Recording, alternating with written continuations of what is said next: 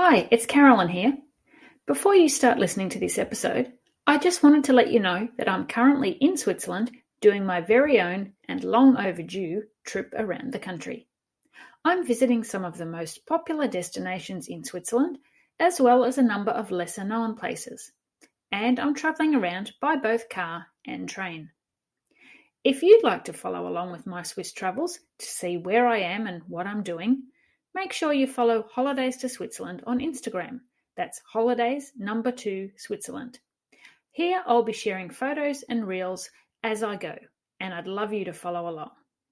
Now, settle back and enjoy this episode.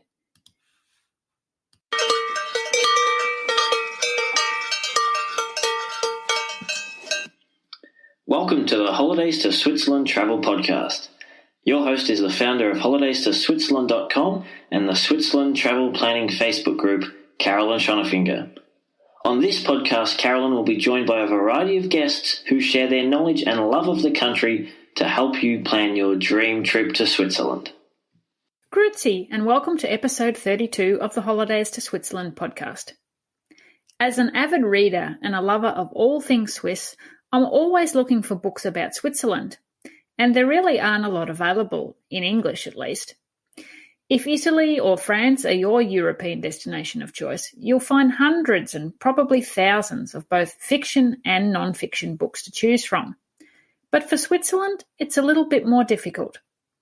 So when I stumbled across a book called Slow Train to Switzerland, the story of a reenactment, if you like, of the very first package tour to Switzerland in 1863, I was intrigued.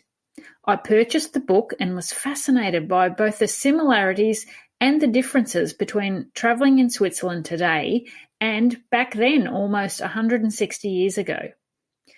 Googling the name of the author, Diccon Bewes, I discovered that he lives in Bern and is the author of 7 books on Switzerland. He is also a wealth of knowledge when it comes to Switzerland. Ask him about Swiss history, chocolate, watches, famous Swiss residents, or practically any topic related to Switzerland, and there's a fair chance Dicken will know the answer. Dicken has kindly agreed to come on the show today to tell us about his books and to share his top tips for visiting his home city of Bern. Even if you're not an avid reader like me, I'm sure you'll find Dicken's knowledge of Switzerland and his insider tips really helpful. Thanks for joining me on the podcast, Dicken. It's great to have you here. Thanks for inviting me. It's great to have a little connection with Australia. Wonderful. Now, the bio on your website says that you're a travel writer, a chocolate lover, and an Englishman in Bern, which sounds like a wonderful combination of talents to have. So I'm really keen to hear your story and how you came to be writing books about Switzerland. It was accidental, really. I didn't move to Switzerland with the intention of writing books about this lovely country. So I grew up in England, as you can probably hear from my voice. Although I am now Swiss, I am still British. And I was a travel writer in the UK for a travel magazine. So I was a staff writer. They would send me places. I would go for anything from 4 days to 4 weeks, depending on the place. Go back and write about it. And that was my life for about 10 years. And it was fun. I loved it. But you have no life, really, because you're traveling all the time. And so I decided to give it up when I met my boyfriend, who is Swiss, who lives here in Bern. And I moved over here 16 years ago with nothing really in mind other than let's live in a new country and learn a new language and see what happens. And I got a job in a bookshop here in Bern, an English language bookshop, became the manager, and kind of realized that firstly, I missed writing, and my German in those days wasn't good enough to write in German. And also the books about Switzerland in English weren't what I wanted to read about Switzerland. So I took this kind of leap of faith, I guess you would say, and decided to write something for myself. The first time I'd done that rather than writing for my employer. And I wrote a chapter about traveling around Switzerland looking for Heidi, because I'm sure you know Heidi is not real. She is fictional, even though lots of people believe she is real and go looking for her. And that chapter got me an agent, who got me a publisher, who gave me a contract, and suddenly I had to write a book. And that was my first book, Swiss Watching, which was 11 years ago. And so it's a sort of natural extension of what I did in my previous life, but much more focused on my new home rather than traveling around the world and writing about it. Yeah. Oh, wonderful. Now, you mentioned there that when you first started working in the bookshop and writing, your German wasn't great.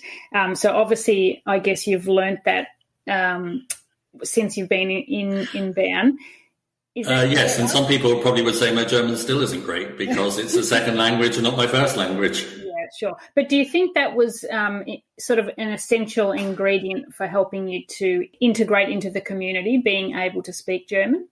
For me, it was essential. I mean, I literally enrolled in German school within a week of moving here and started from the beginning with Der, die, das and all the horrible grammar that German has. And I think for me, it was a crucial part. One, because my boyfriend's family speak almost no English, and so I had to learn to communicate with them. But also because if you want to go shopping or just meet your neighbors, then it's really hard if you're expecting everyone to speak English. And obviously, a lot of Swiss people speak really good English. Otherwise, my books wouldn't sell well here. But I think it's a little bit an English language mentality. It's like, oh, you expect everyone else to speak English. It's not like we speak Norwegian, and so we'll never find another Norwegian speaker. We just assume that people will understand us. It's a little bit arrogant, I feel. And what's interesting for me is since the books came out, I've done hundreds of events all across Switzerland. Before the pandemic, I used to have one a week somewhere in Switzerland, talking to expats or people who had moved over just for a couple of years to work for one of the pharmaceutical companies, or people who have lived here for 20 years and still haven't learned the language. And Switzerland has 4 national languages. You can choose from any one of the 4, depending on where you live. And they're the ones who feel a little bit isolated and a little bit unintegrated, and also that Swiss people are a little bit unfriendly. And I always say to them, I said, you have to make a bit of effort. You are the newcomer in the country. For your own peace of mind and your own well-being, let alone talking to your co-workers or your neighbors or the other mothers at school or whatever.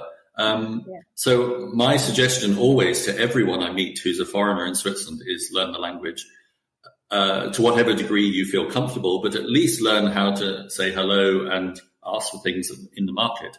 And to me, it made a huge difference. As soon as I could speak German well enough, I got the job in the bookshop because even though it was an English bookshop, I had to be able to speak German to serve customers. And also just interacting with friends and neighbors and watching the television so you could understand the Swiss news and the Swiss weather. And I think it makes a huge difference to your quality of life. Yeah, absolutely. I'm sure it does. So Swiss Watching was your first book, and you've now got 7 books published, I believe. So we're going to chat more about Slow Train to Switzerland in a moment, because that's the one that I've read.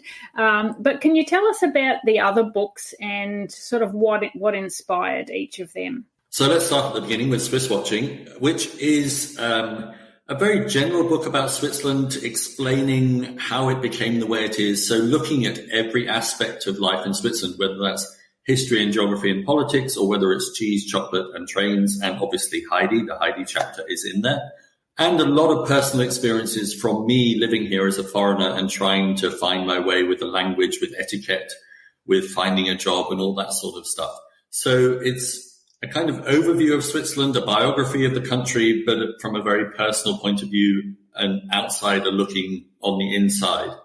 And of course, it's very informative and very funny, which is why it became a bestseller. I was very lucky that my first book became a bestseller in Switzerland, even before it was translated into French and German, and also became Financial Times Book of the Year in the UK. Fantastic. Well done. So that, yeah, it was a good start.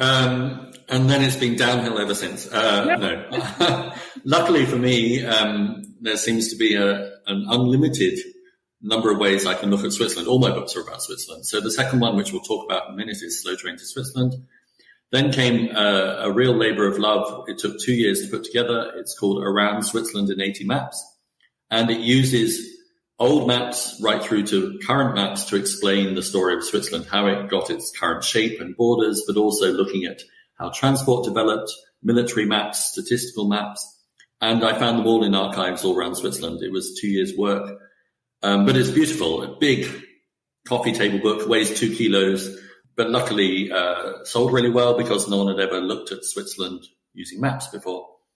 Then the little book of cartoons that was just a bit of fun that I did with a Swiss friend of mine who's a cartoonist, called How to Be Swiss, just looking at aspects of Swiss life and how foreigners kind of find the foibles a bit difficult to understand. During the pandemic, which was a really bad time to bring out a new book, there was a book called The Expert Guide to Living in Switzerland. So it's literally advice for people who are moving here or have just moved here.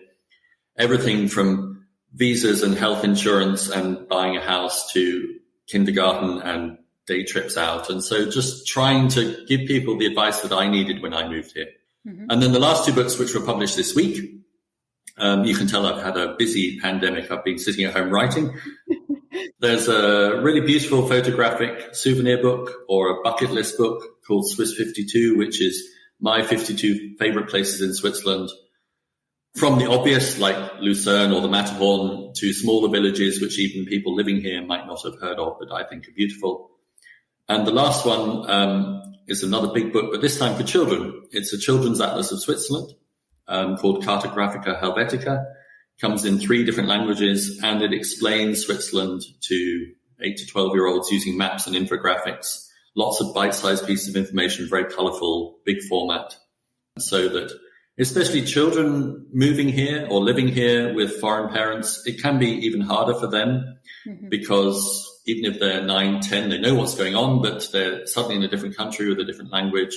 And so we decided to create a book that could explain Switzerland to them in terms that they would understand, like what we eat or the trees and the flowers, but also a bit of history and tackling more difficult subjects like women's rights or neutrality so that they can see why Switzerland is different from the country they came from.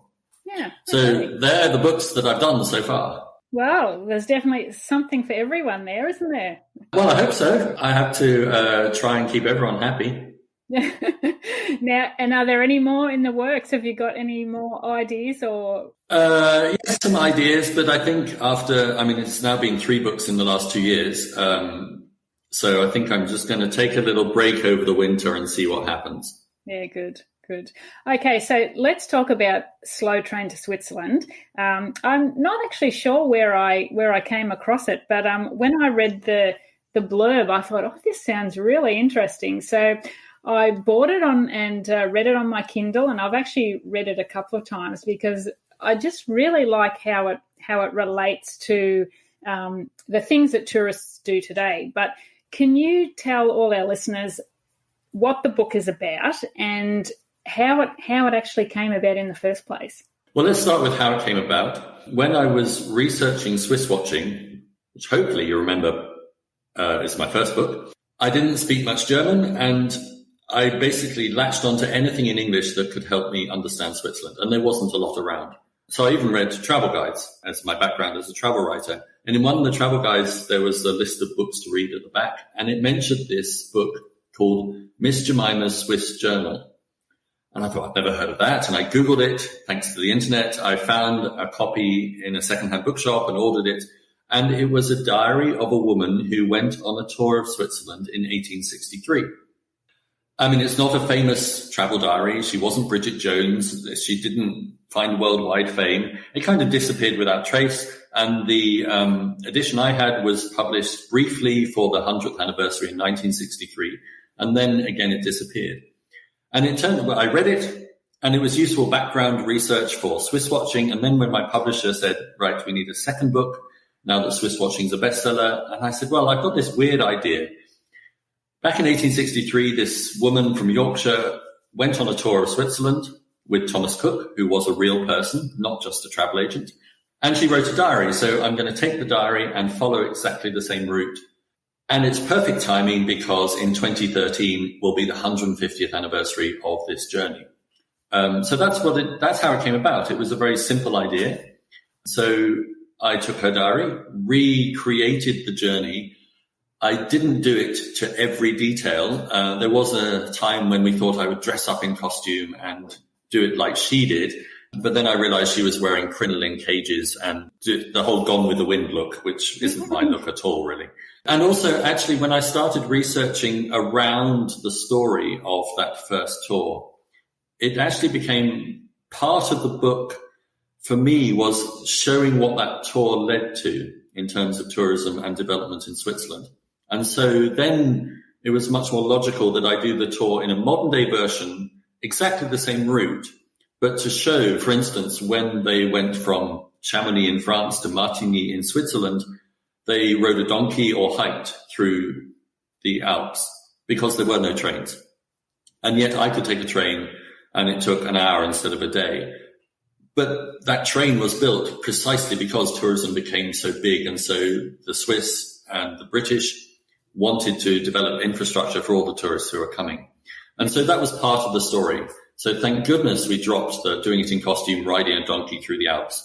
And really it was fascinating for me because this was the first ever package tour abroad for British people. Thomas Cook was a household name already. Sadly, Thomas Cook is now bankrupt, but in the 1850s, he made his name with excursions within Britain, such as taking people up to the Great Exhibition in London or weekends in Scotland. But it didn't work for him. He wasn't making money. He was on the verge of going bankrupt. And so he needed a new idea and he looked to Switzerland. He had never been here, but Switzerland was this kind of utopia of not very industrialized, beautiful landscape and had already been eulogized by Wordsworth and various other writers, Byron, etc., etc. And he made an expedition to Paris and discovered that the train line between Paris and Geneva was complete. And so this gave him the idea of selling tickets, group tickets to make it cheaper, on the trains to make it faster. Because up until then, you had to be Lord Byron or Charles Dickens to get to Switzerland. It took 2 weeks in a horse and carriage. You had to have your own money. It wasn't something for the middle classes. And Britain had a new middle class because of the Industrial Revolution. There were teachers, doctors, lawyers who got holiday each year and wanted to start exploring. And Thomas Cook was the right man at the right time, and he started these tours. He actually had no idea what he was doing. He was just really lucky to be there. He had no plan. He didn't know where they were going to stay. He didn't know how they were going to get around because he didn't know that in Switzerland there were very few trains, etc., etc. But it worked. And that first tour was 3 weeks from London to Lucerne and back. Thomas Cook actually left them after a week because he had to go back to London and save his company. So they were on a guided tour without a guide for much of the time. But it was a success. And Miss Jemima was part of that first group. She traveled with her brother and 2 friends. And her day-to-day descriptions of Switzerland are fascinating in a way because part of it hasn't changed at all. She describes the mountains and the glaciers and the valleys, and it could be what we're looking at today. And then the other part is 180 degrees from what we know in terms of poverty, and because Switzerland was very poor before tourism. And she talks about walking through villages with barefoot children and women begging in the streets or men offering to carry their bags to earn a few centimes. And it just doesn't feel like Switzerland we know today. And so that for me became really the big story. Yes, it was great to follow in her footsteps and have twin travelogues and to travel back in time a little bit. And you could see how basic it was. There were no indoor bathrooms, no toilets on the trains. And they really were pioneers in a way.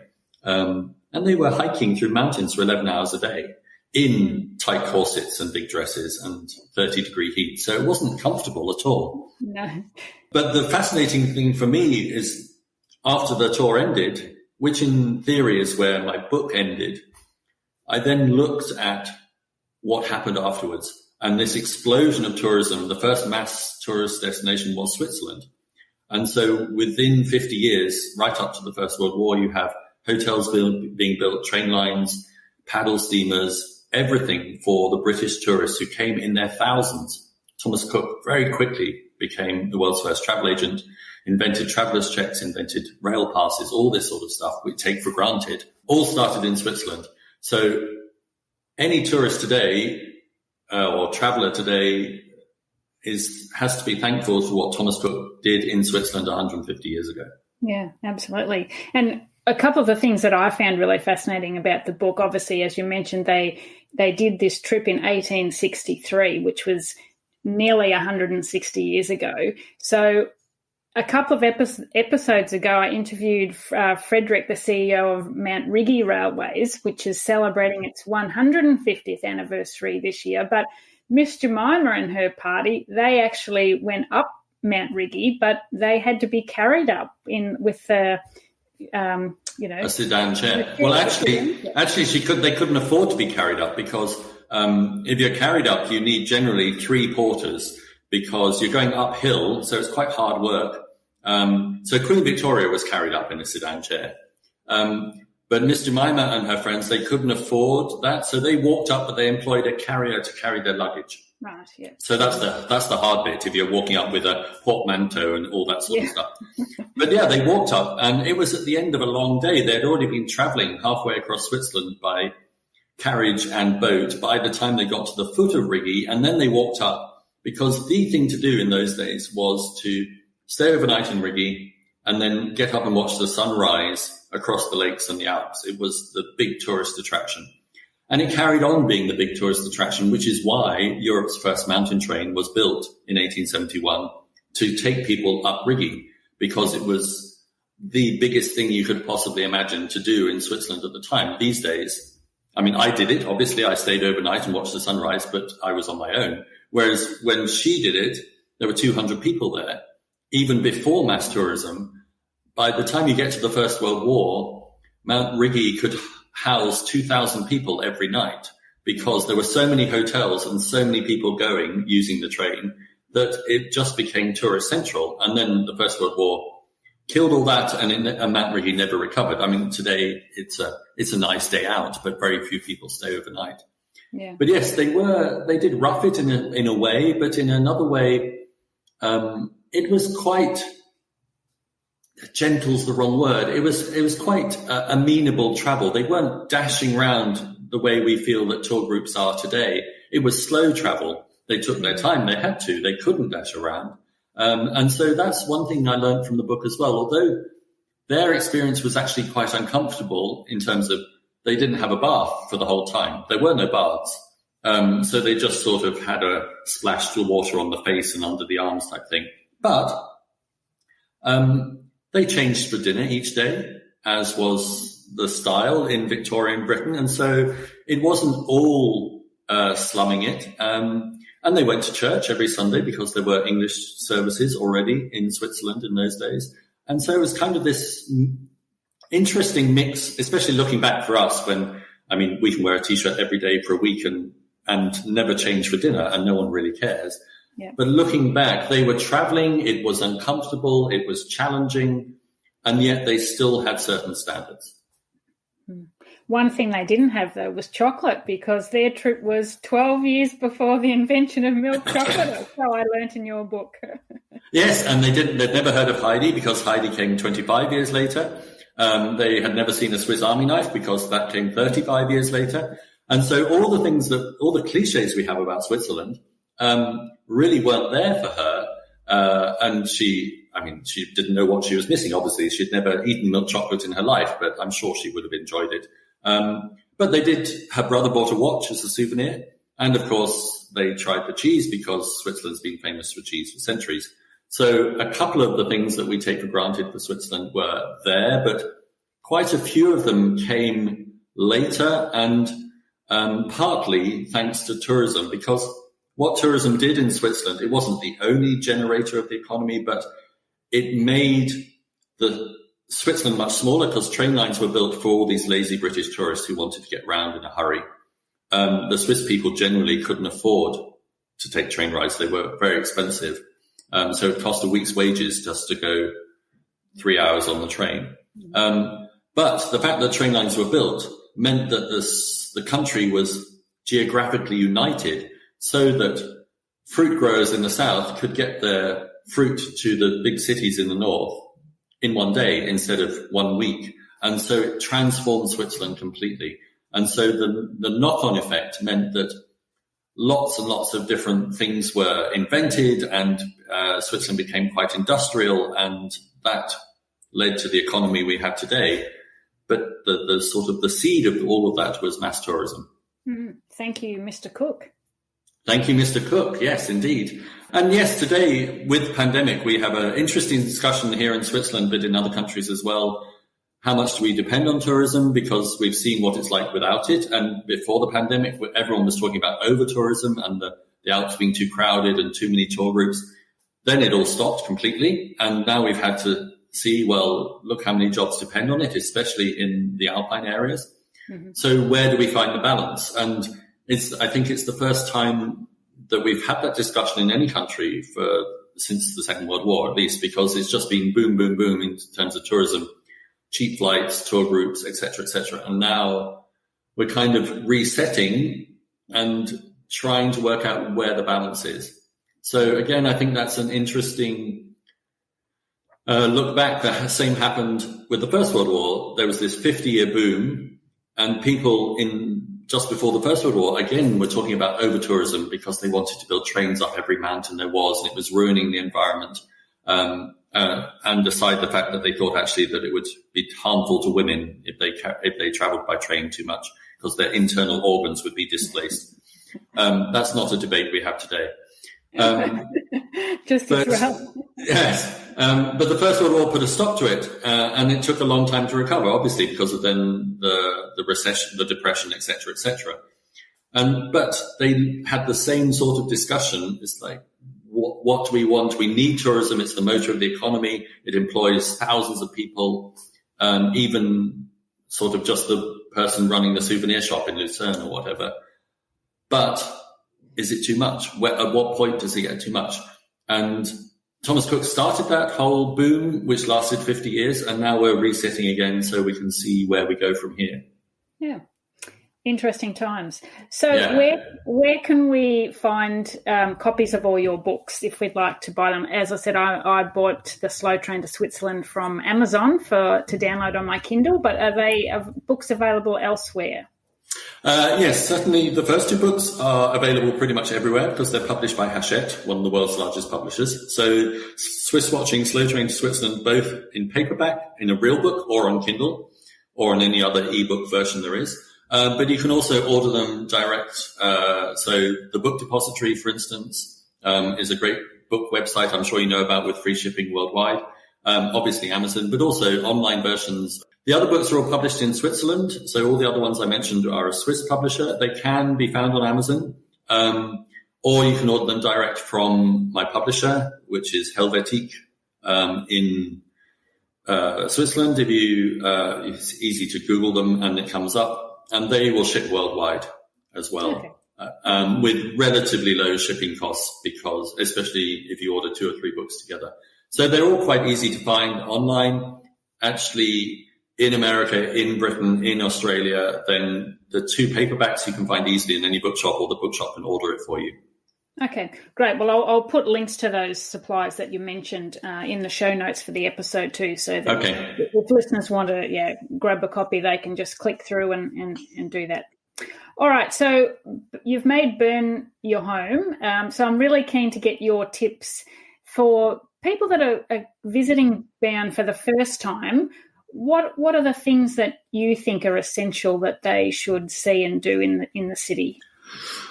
Oh, well, I think the first thing is a little bit to manage your expectations. Bern's a small city. It's 130,000 people. The city centre is very compact. You can walk around it in an hour or so. But that's part of its charm. It's not a big world city, even though it's the capital of Switzerland and it's right in the centre of the country. So it's actually a good base for exploring the rest of the country. You're 1 hour to Zurich, you're 1 hour to the Bernese Alps.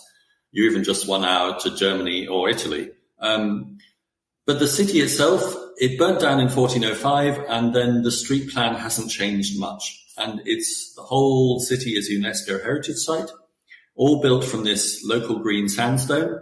And it's beautiful. It has arcades, it has cobbled streets and squares, it has this medieval street plan, has the tallest cathedral in Switzerland, and it's surrounded on 3 sides by the River Aare, which is Switzerland's longest river. So it has this sort of compact, almost time capsule feel to it, but it's a living, working city. I live here, and it's not a living museum. So it's that nice combination of being authentic, but also traditional and real. And the main attractions, I would say, obviously the cathedral, which is it's very Calvinist. It's very plain inside, but outside it's a beautiful Gothic building. And you can climb up the spire and get this amazing view of the old town with all its red roofs and then the snowy Alps on the horizon. So you can see the Alps from the city centre. We're that close to them. The other thing I would suggest would be the Saturday market, which takes place in front of Parliament. Bern has federal parliament. And yet, because it's a living, working city, it's not like Westminster Square or Parliament Square in Westminster in London, where nothing really happens apart from demonstrations and buses. Here, we have a market every Saturday, a farmer's market. There's also an ice rink in winter. There's beach volleyball in summer. There's the national Christmas tree at Christmas. And so it's the centre of Swiss politics, but it's also the centre of Bernese life. And the Saturday market is really lovely to look round. And if you come in summer, one of the best things to do is you can swim around the city in the river. So Bern doesn't have a lake, unlike Zurich or Geneva. Instead, we swim in the river, which I think is much more fun because a lake doesn't move. It's basically a giant bathtub, whereas the river moves. And you don't actually have to swim. The Aare is relatively fast, so I would say only do it if you're a good swimmer. You can just float. And the river takes you around the whole city under all the bridges, and you can see the city from the river. And it's a lovely way to cool down. Again, because we don't have a lake, Bern can get quite warm in the summer. Over 30 degrees is fairly typical now. And when you're getting 35, 36 day after day, then you jump in the river. And the river's never warmer than about 22, 23 because the water's coming straight from the Alps. So it's quite refreshing. But actually spending an hour in the water is a lovely way to spend a summer day in Bern. Sounds lovely. Now, I know a lot of people will have seen on Instagram and all the different social media photos from the Rosengarten, the views looking back over the bridge and back over the old town. So that garden, as well as roses, it's quite famous for its other floral displays in other seasons too, isn't it?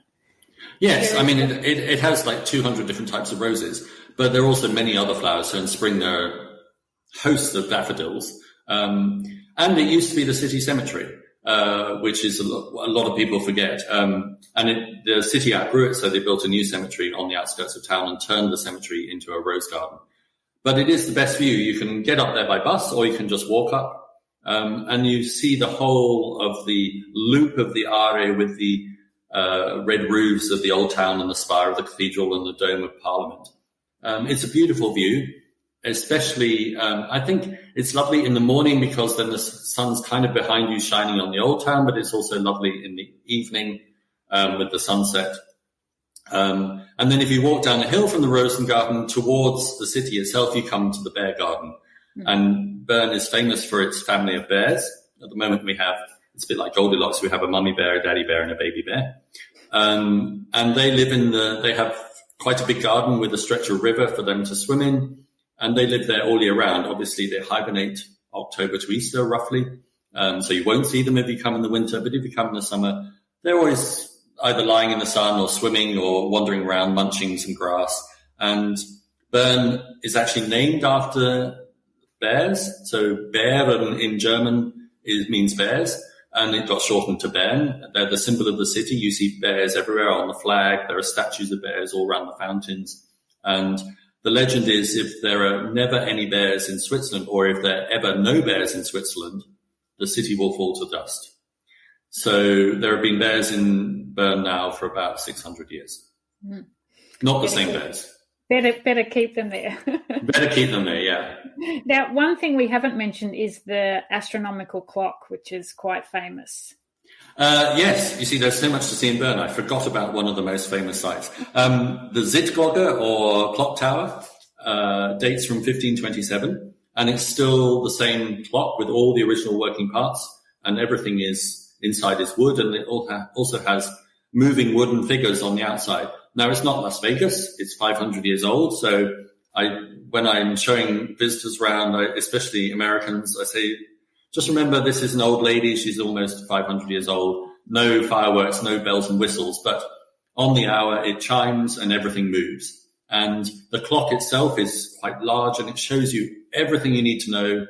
So not just the time, but also day of the week, month of the year, star sign, phase of the moon, etc., all on one clock with lots of different dials. It's quite fascinating to watch, and it's beautiful. It's just been restored, so it's all been regilded again. So it really looks spectacular on a sunny day when everything's shining in the sun. Okay, good time to go and see it. Yeah. Now, what about events? Are there any events throughout the year that non-locals may not know about that you think are worth experiencing? My favourite event in Bern is hopefully just coming up. We had to cancel it last year for obvious reasons. All events were cancelled. But at the end of November, you get what is called the Zwiebelmarkt, or the onion market. And it's the Bernese version of Thanksgiving. And it's all focused on onions. So tons and tons of onions are brought into the city, and you can buy them in every shape or form, whether they're platted or whether so you have onions made up as people with faces drawn on them and little legs. But also you get onion soup, onion tart, onion bread, onion everything. It starts at 4 a.m. I'm never there at 4 a.m. I usually go mid-morning, and it lasts all day, and the whole of the city centre is full of market stalls and thousands of people. And the most interesting aspect, I think, is confetti. You can buy giant bags of confetti, literally like popcorn-sized bags and bigger, and then everyone throws confetti at each other all day. So you come home, and even if you brush it off, you take off your coat, because it's November, obviously you're wearing a coat, and then all this confetti falls out from inside your sleeves and everything. So it's kind of fun. It's one of the few times of the year that the Bernese really let their hair down. The other time is at the other end of winter for Carnival. So it's not as big as Carnival in Basel, let alone Rio. It's quite a small, sedate, gentle carnival, just like Bern itself, really. But it lasts 3 days, and it starts on a Thursday evening with the bear being freed. This is a man in a bear costume, by the way, not a real bear, being freed from the prison tower, which is one of the main towers in the center of the city, and that's the start of Carnival. And then there's processions over the next 3 days, and obviously lots of music and street stalls and food. And it's fun. It's not fun in the rain. It's fun even in the snow. It's kind of atmospheric, but on a nice sunny day, lots of people in fancy dress, lots of floats and the main procession, lots of singing and dancing and bands, and really things you don't expect the Swiss to do in public. Yeah, okay. That sounds like a lot of fun. It is fun. I mean, Basel is the most famous carnival in Switzerland. That's the huge one. They actually have a 3-day public holiday for the whole city, and it's vast. It's almost overwhelming, whereas Bern is much more sedate, but I quite enjoy it. Okay, so apart from onions, are there any other culinary specialties of Bern that we should know about? Well, there's one which I don't eat at all, because I don't eat meat. It's called the Berner Teller or Berner Platter, and it's basically a whole plate of meat in every shape and form with potatoes on the side. So it's like pork chops and sausage and blood pudding and lots of things. My friends love it. I am not a big fan, as you can tell. I find it even hard to sit across the table from it. One of the nicest things that's come from the Bern region is a bread called the Zopf, which literally means plat. And it's a kind of milk bread, not sweet like a brioche, but milk, so it's quite moist and doughy, and it comes in a plat. And typically it's baked at the weekend. It's a weekend bread or a festival bread. And it's really lovely for brunch on a Sunday with honey on it. And rösti comes originally from Bern. So rösti is the grated fried potato dish. That was originally a farmer's dish from the farms of Emmental, which is just beside Bern. And very often you'll see it called Berner rösti, which is then has bacon added, usually. So it's always comfort food. It's not light, on the whole, but, I quite like it, especially in winter. And obviously we have fondue and raclette, like every Swiss town, even though they're not Bernese. They came from the French-speaking part of Switzerland. But I like that. And of course, the biggest contribution Bern has made to world cuisine is Toblerone, which was invented in Bern, and there's still only one Toblerone factory in the whole world, and that is in Bern. So every triangle of Toblerone you see in every duty-free shop around the world has been made in Bern and shipped out there. Also, the other part, if we're talking about chocolate, I just have to throw in the fact that Mr. Lindt, Rudolf Lindt, was Bernese, one of the most famous names in Swiss chocolate, and he had his original factory here in Bern, and he was the one who took the milk chocolate that was invented in 1875 that we've already mentioned and made it the chocolate we know today, because milk chocolate originally was quite grainy because cocoa butter is quite grainy, and Lindt developed the process called conching, which makes it that smooth, lovely lusciousness that we enjoy today. So without Mr. Lindt, a Bernese man, I don't think chocolate would have been the success story it is. Okay. Well, I know that you proclaim to be a bit of a chocolate expert, or a Swiss chocolate expert, and that probably deserves a whole episode in itself. But do you have a favourite Swiss chocolate? Oh, that's a really hard question. That's like asking a mother who's their favourite child.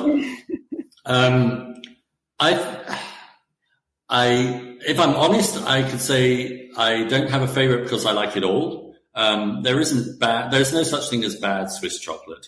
Even if you buy the supermarket owned brand, which is a quarter of the price of the branded stuff, it's really good chocolate.